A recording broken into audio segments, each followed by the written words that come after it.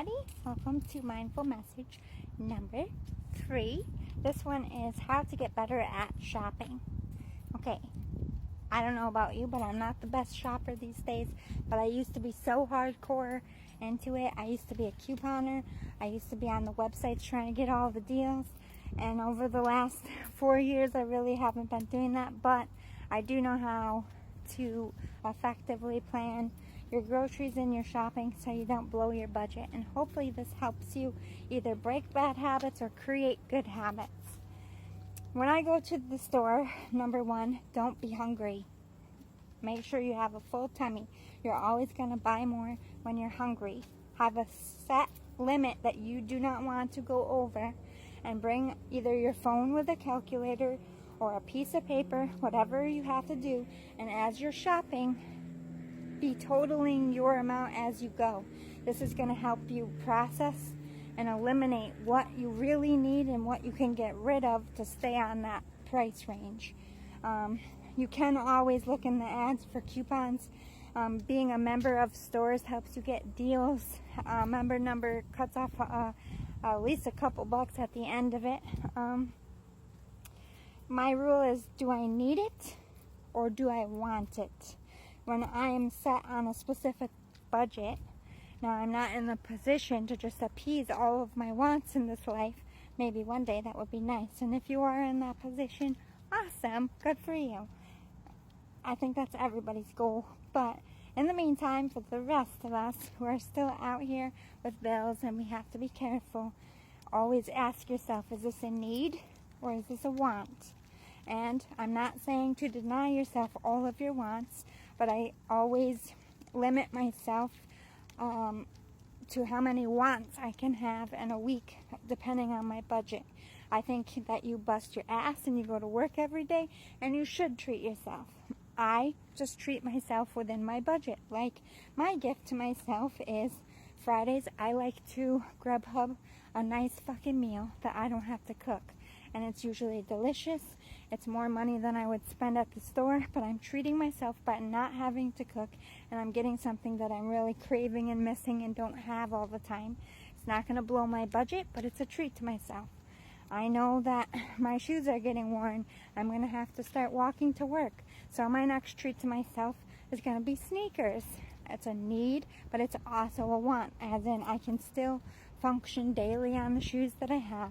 I just am keeping in mind that I'm going to pocket some money in my budget for that want. Budgeting for your wants is also important as budgeting for your needs. If you live by yourself, I really wouldn't recommend bulk buying. I think I've really broken. I used to, do those coupons and money savings, and it was just 2 of us in the house, and I would always have extra, and I would either end up giving it away or throwing it out because it went bad. And now that I live by myself, I don't bulk buy anymore. I shop for 2 to 3 days at a time, and I usually plan when I'm cooking, so I know exactly what ingredients I need, what I need to make a meal. This keeps me from overdoing it. I only get a couple snacks at a time, so I don't have a bunch of junk food that I'm eating and putting in my body. I'm mindful of the crap that's going to be lingering around. Like, if I'm trying to stick to a better diet, but this isn't going to be true for everyone, but limiting your kids, like, every parent usually has a snack drawer. Don't, when you buy your snacks, just dump all the snacks in. Put a certain amount every few days so that they have to eat different options and they don't just eat the same thing, or they don't eat as much if there isn't as many options. I'm not saying starve your kids or do not deprive them, but having too many options, one, blows your wallet. Your kids are eating more than they actually need to eat. And, their friends come over and eat it up. And then, if their friends come over and there's only so much, they might not, offer it. But, that's up to you and your budget. I don't think, in my household, if I had a kid and their friend came over, I'm going to feed the other kid because they're a kid. But it's hard out here for people who have multiple children to be having friends over all the time, that's going to happen because I have other kids, and then trying to feed other neighborhood kids can get to be a lot. I understand this. So limit, hide it. Coupons, online discounts, deals, promotion codes, or points. If you ever have I get subs, and every time I get a sub, I am stepping forward to earning a free sub. I know that I like to get subs at least twice a month at my local grocery store. I order it, I pick it up, it's a healthy meal for me. Those kinds of things benefit you because if you buy them frequently enough, it is a deal. If you're only going once or twice a year, obviously you don't need a membership card, but keeping those freebie cards and making sure they're getting punched every time, or that your points are adding up on your apps, that can help save a lot too. I also like to partner my shopping. We have a place like BJ's.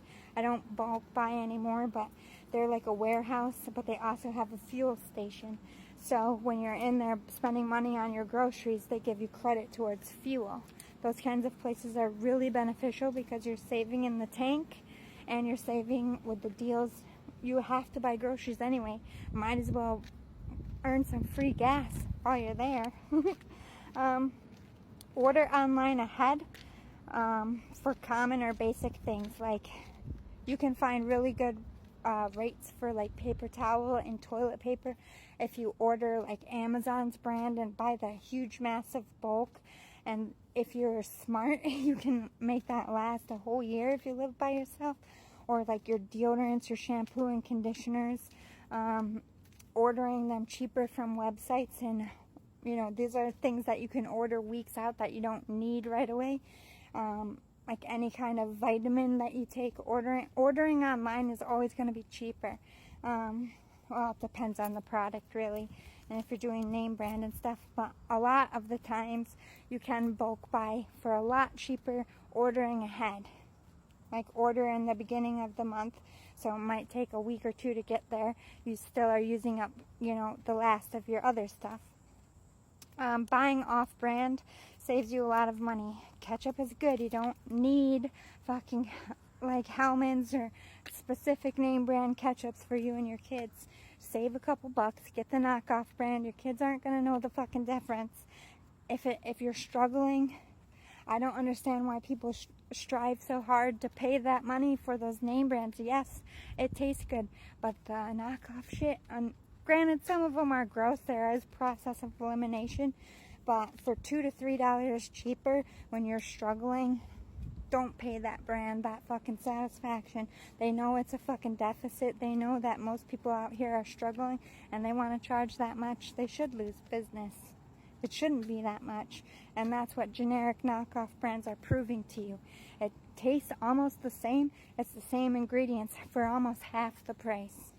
They're raping you in charges and fees. For gift giving and stuff, buy before their birthdays, Christmas. Start shopping in like back to school sales. You can buy some clothes for Christmas. Start shopping in October.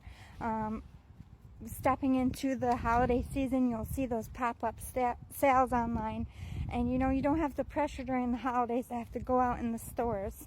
Holiday shopping online is like the best thing to do.